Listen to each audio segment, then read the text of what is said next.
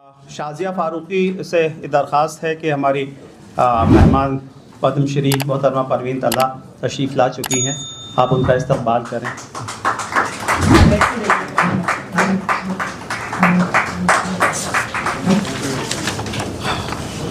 अब किताब की रस्म रूनुमाई होगी, तो सेक्रेटरी साहब आप भी तो तशरीफ़ ले आएँ, और उसके बाद फिर चूँकि परवीन आपा की तबीयत नासाज है और ये हमारी दरख्वास्त पे आई हैं, तो उसके बाद आपकी इंशाअल्लाह तकरीर होगी।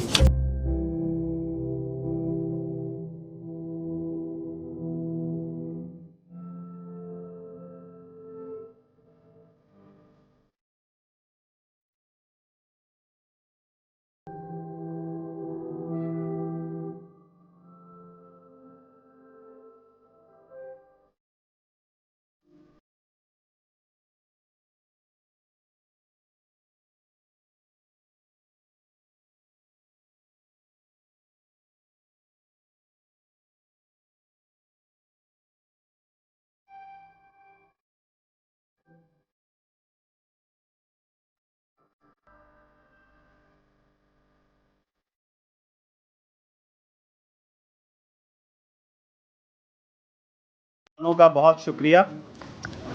अब मैं इफ्तिताही कलमात के लिए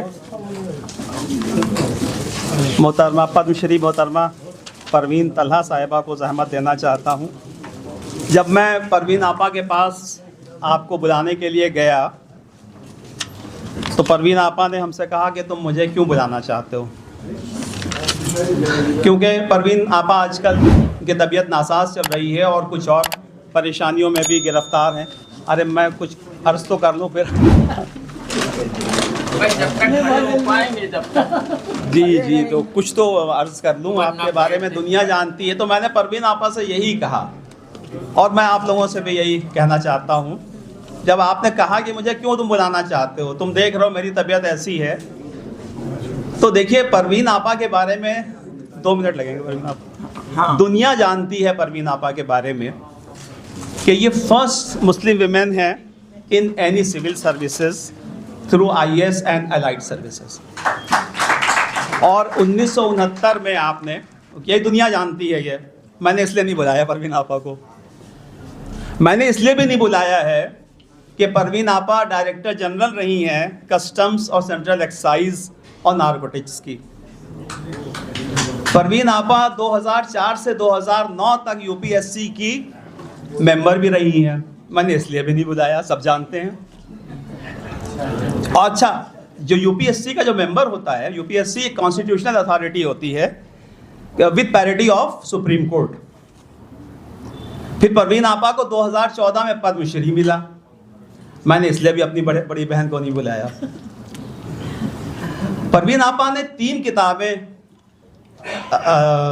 तसनीफ़ की हैं, फ़िदाए Lucknow, A World Thrice Utter, और Lucknow When the Lamb Go Out, ये tales of ghost and jeans.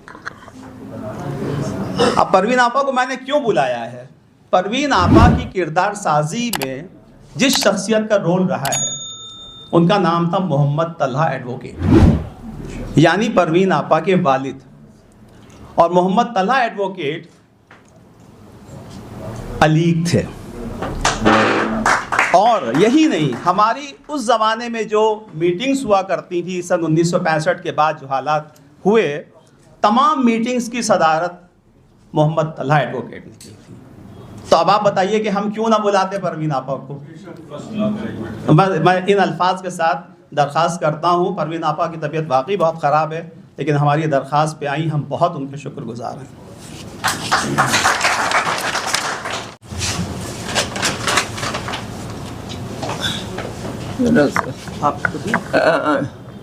सबसे पहले तो मैं शोएब साहब का शुक्रिया अदा कर दूं, इतना कुछ हमारे बारे में बताया कि हमें तो भाई शर्म आने लगी। इतना कुछ मैंने कभी अपने बारे में नहीं सुना है, न बताया है किसी को, मगर भाई उन्होंने मालूम किया सब कुछ और मेरे वालिद का इतनी इज्जत से जिक्र किया, मगर शायद ये जिक्र नहीं किया इन्होंने कि ये और हम एक ही गांव के रहने वाले हैं।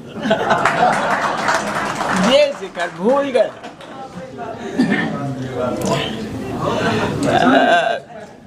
एग्जीक्यूटिव कमेटी के मेंबरान और मुअज़्ज़िज़ हाज़रीन, हमको शोएब साहब ने जब बुलाया तो हमने कहा हमने तो डॉक्टर फरीदी को कभी देखा नहीं है, मगर उनके बच्चों को जानते हैं। उनकी बड़ी लड़की से बहुत दोस्ती, उनके बेटे फरीद से बहुत दोस्ती थी, मेरी और मेरे भाई दोनों की।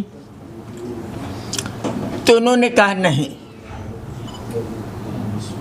आप चलिएगा, आप बोलिएगा, लोगों को सुनिएगा, आप बहुत कुछ बता देंगे। भाई, इस फैमिली से हमारा फैमिली का ताल्लुक़ था, मगर फिर भी ये मेरी बदकिस्मती थी कि डॉक्टर फरीदी को मैंने नहीं देखा।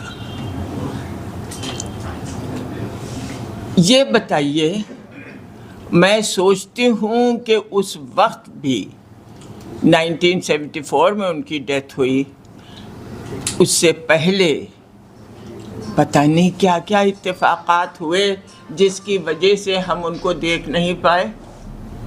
वो उनमें से जब उनके बारे में मालूम किया, रफ्ता जब मालूम हुआ तो बहुत कुछ ऐसा लगा कि वो उस दर्जे के कायद थे जिस दर्जे के लीडरान के लिए कहा जाता है कि मुसलमानों के पास उस लीडर है ही नहीं। जो इस वक्त मुसलमान हमारे सामने बैठे हैं और चारों तरफ जो मौजूद नहीं भी हैं, वो इस वक्त ही नहीं इंफीरियरिटी कॉम्प्लेक्स में से भरे हुए हैं। ये उस वक्त से हैं जब पहली जंग आज़ादी लड़ी गई थी, उसमें मुसलमानों का बहुत ज़बरदस्त रोल था। और इसीलिए जब आखिरकार किसी न किसी तरह से अंग्रेज़ों ने हरा दिया और बहादुर शाह ज़फ़र को इस कदर तकलीफ़ देश सज़ा दी, साथ में सारे मुसलमानों को भी उसी किस्म की सज़ा दी और सज़ा देते रहे 1947 तक। वो पीरियड इतना लंबा होता है कि उसमें कोई भी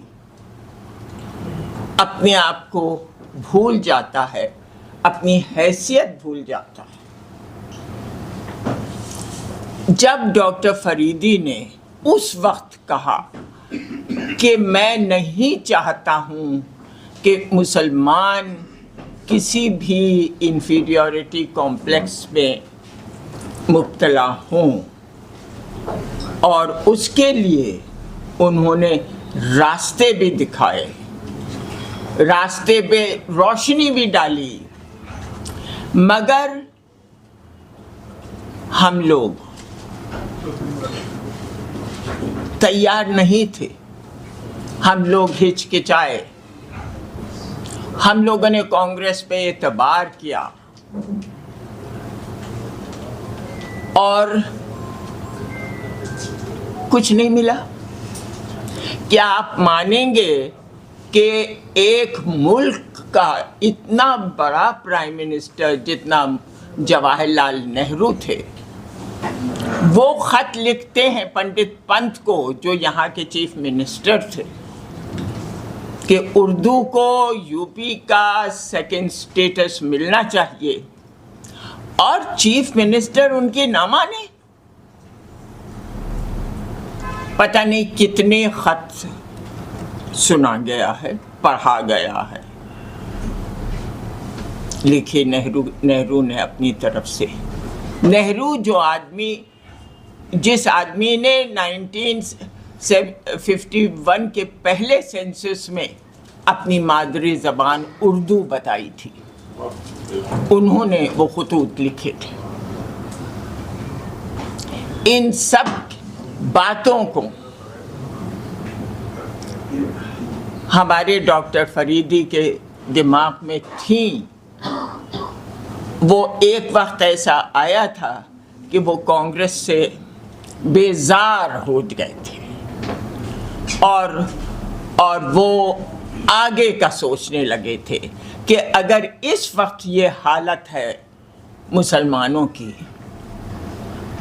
ना उनके पास नौकरियां हैं, ना उनको इज्जत दी जा रही है, उनके ऊपर डाउट्स किए जा रहे हैं, उनकी फैमिली और उनके ख़ानदान तो पहले ही पार्टीशन में टूट चुके थे। एक भाई पाकिस्तान में है तो एक भाई हिंदुस्तान में है। जब अपने ख़ानदान के चहीते लोग अपने करीब ना हों तो आप समझ सकते हैं कि वो रीज़न काफ़ी होता है अपने अंदर तरह तरह के कॉम्प्लेक्सेस डेवलप करने के लिए।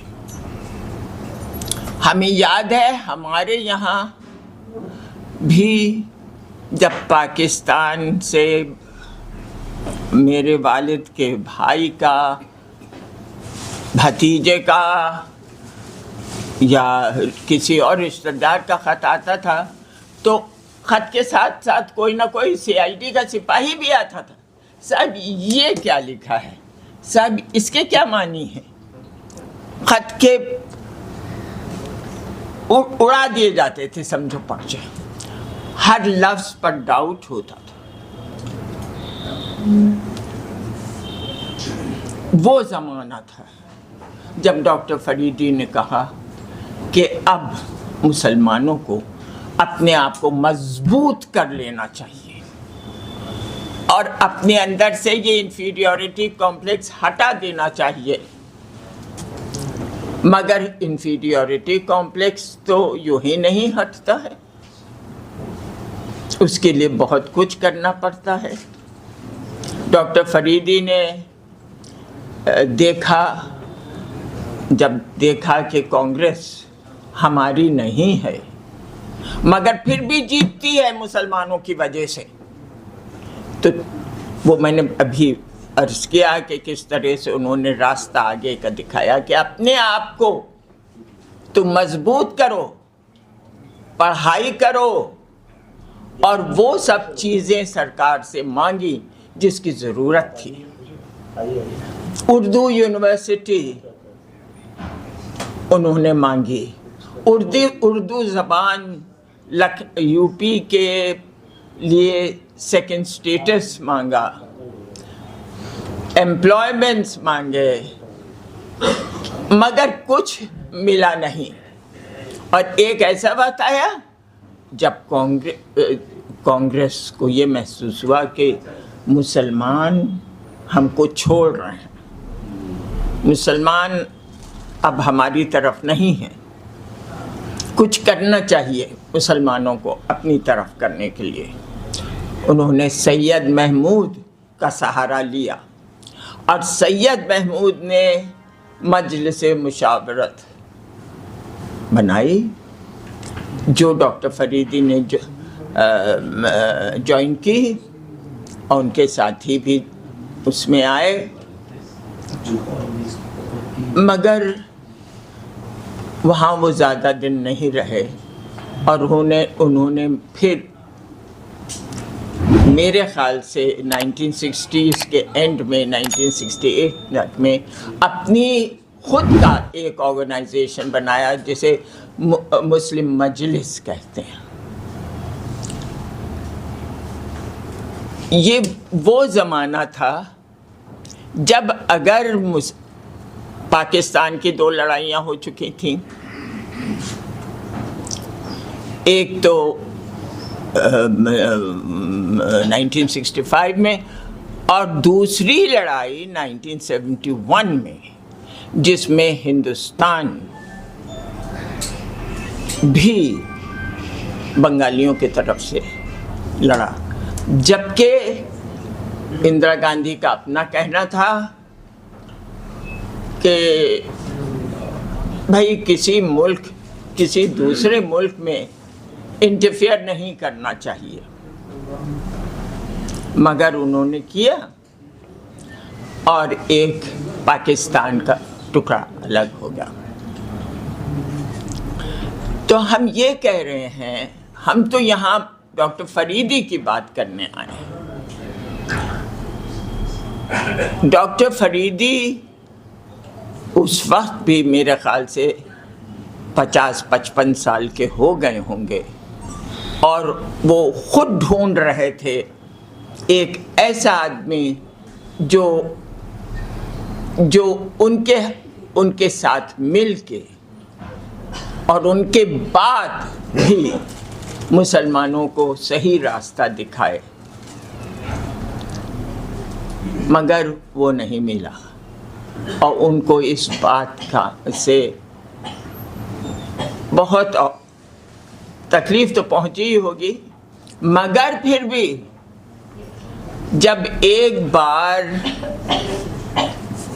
इन सब ही बातों का किसी मीटिंग में जिक्र हो रहा था काउंसिल में, तो जब डॉक्टर फरीदी ने अपनी मांगें सामने रखी तो उनको जेल भेजा गया, उनके साथियों को भी जेल भेजा गया।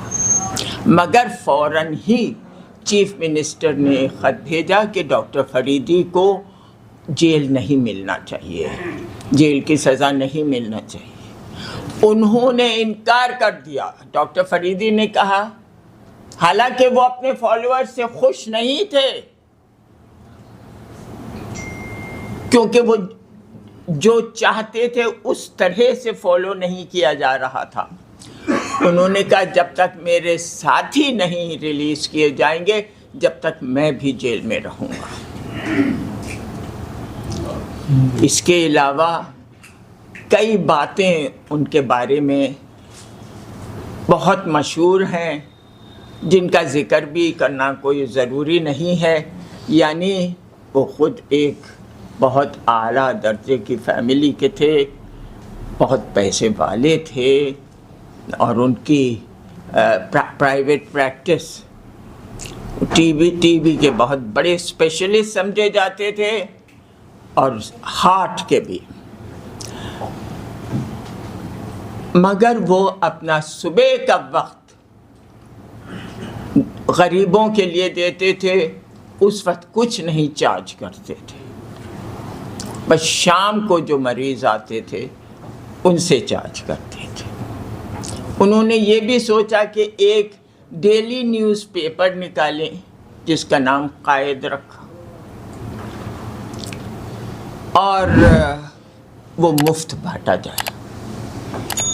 मुफ्त बांटने से दूर तक नहीं पहुंचती हैं खबरें। एडिटोरियल बोर्ड ने उनसे रिक्वेस्ट की कि आप सुबह जो मरीज़ आते हैं उनसे हर एक से 1 रुपया ले लिया करिए, तो आपका न्यूज़पेपर खूब चलेगा। उन्होंने कहा, ले मैं 1 रुपया उनसे ले लूँगा। उस वक्त 1 रुपये की हैसियत भी बहुत थी। उनसे अगर 1 रुपया ले लूँगा, कुछ ऐसे मरीज़ आते हैं जिनको खाने तक को नसीब नहीं होगा। अगर मैंने 1 रुपया उनसे ले लिया, हमारे लिए तो वो 1 रुपया है, मगर उनके लिए वो हो सकता 2 दिन की कमाई हो। तो उन्होंने वो 1 रुपया लेने से भी इनकार कर दिया। इस तरह का आदमी पॉलिटिक्स जो ज्वाइन करता है, अंग्रेजी में एक कहावत है जिसको मैं उर्दू ही में बताऊंगी कि जब किसी को कोई और काम नहीं मिलता है, नौकरी नहीं मिलती है, तो वो पॉलिटिक्स में जाता है। वो स्काउंड्रल होता है, वो स्काउंड्रल होता है। मगर डॉक्टर फरीदी के पास तो सब कुछ था, घर का सब कुछ था, खुद कमा रहे थे, मगर वो पैसा भी लगा रहे थे क्योंकि उनको कौम की हालत देख के दिली तकलीफ थी और वो अपनी ज़िंदगी में इस कौम को तंदुरुस्त करना चाहते थे। और ये नहीं हो सका। उन्होंने ये तक मांगा सरकार से कि देखिए बच्चों को उनकी मादरी ज़बान में पढ़ाना चाहिए। आप प्राइमरी स्कूल से लेकर के इंटर तक उनको उर्दू में पढ़ाना चाहिए, उर्दू ज़बान में पढ़ाना चाहिए, तो उनको ज़्यादा कॉन्फिडेंस होगा और वो आगे तक बढ़ेंगे। मगर ऐसा भी नहीं हुआ। उस तरफ से कुछ आ ही नहीं रहा था। तो ये बताइए, कांग्रेस पे जिस कौम ने इतना एतबार किया हो, उस कौम को, या तो वो कौम जो सो रही थी, उस कौम को जगाने के लिए डॉक्टर फरीदी ने क्या क्या नहीं किया। मगर माफ़ कीजिएगा, हम लोगों ही की गलती है कि हम लोग जाग नहीं पाए। अगर जाग जाते और एक मुट्ठी भर लोग भी उनके बताए हुए रास्ते पर चलते, तो वो मुट्ठी और बहुत सी मुट्ठियाँ इकट्ठा कर लेते और रफ्ता रफ्ता हमारी हालत ये ना होती जो इस वक्त हुई है। अब मैं ये कहना चाहती हूँ, इस वक्त ज़माना बदल चुका है बिल्कुल। आप अलीगढ़ मुस्लिम यूनिवर्सिटी वालों को कोई आधी सेंचुरी बाद उनकी याद आई, मगर आई तो, मगर इसके आगे क्या इरादा है? ये याद क्यों आई? आगे का प्लान बनाइए। शकील साहब भी यहीं बैठे हैं, अपने शोएब साहब भी यहीं बैठे हैं, हमारे अनवर साहब काकोरी से यहाँ आए हैं। अरे भाई कौन नहीं बैठा, इतने बड़े सोहेल साहब जियोलॉजिस्ट हैं, वो बैठे हैं। ये भाई, ये मीटिंग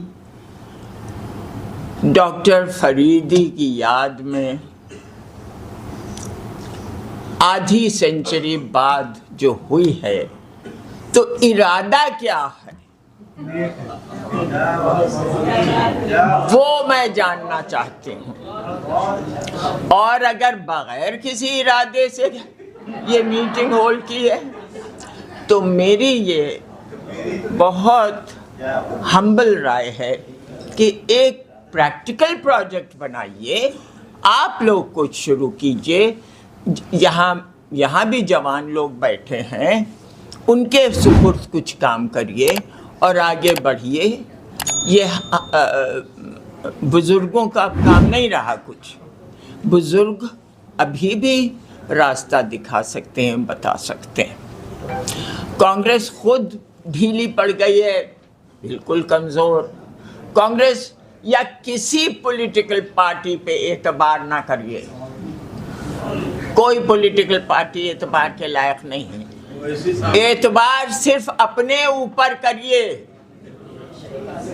अपने बच्चों को बताइए कि अगर तुम कुछ करना चाहते हो तो तुम खुद कर सकते हो, कोई तुम्हारी मदद नहीं करेगा। ये आपका पैगाम होना चाहिए अपने बच्चों के लिए, अपने छोटे बच्चों के लिए, अपने बड़े बच्चों के लिए, अपने जवान साथियों के लिए, हर एक के लिए ये मदद, ये पैगाम कि तुम जो कर सकते हो वो करो, मगर दिल लगा के करो। जैसे डॉक्टर फरीदी ने कहा, खून बहाने वाले बहुत मिल जाएंगे, मगर पसीना बहाने वाला कोई नहीं मिलेगा। अरे भाई, इस वक्त खून तो बहुत बह चुका हम लोगों का, मगर फिर भी कोई कर्ज था जो पूरा नहीं हुआ। अब आप लोग शुरू कर दीजिए अपने ऊपर एतबार, अपने काम के ऊपर एतबार, बस यही रास्ता है और कुछ नहीं। और अलीगढ़ वालों से हम ये कह रहे हैं कि आप लोग यहाँ पर ये वाली मीटिंग करके सब कुछ भूल ना जाइए। इसको स्टैटिस्टिक्स ना समझिए कि हमने ये करवाया, हमने ये करवाया, 3 ये करवाई, 4 ये, 5 6, ये नहीं। इसका फॉलो अप क्या होगा ये सोचिए।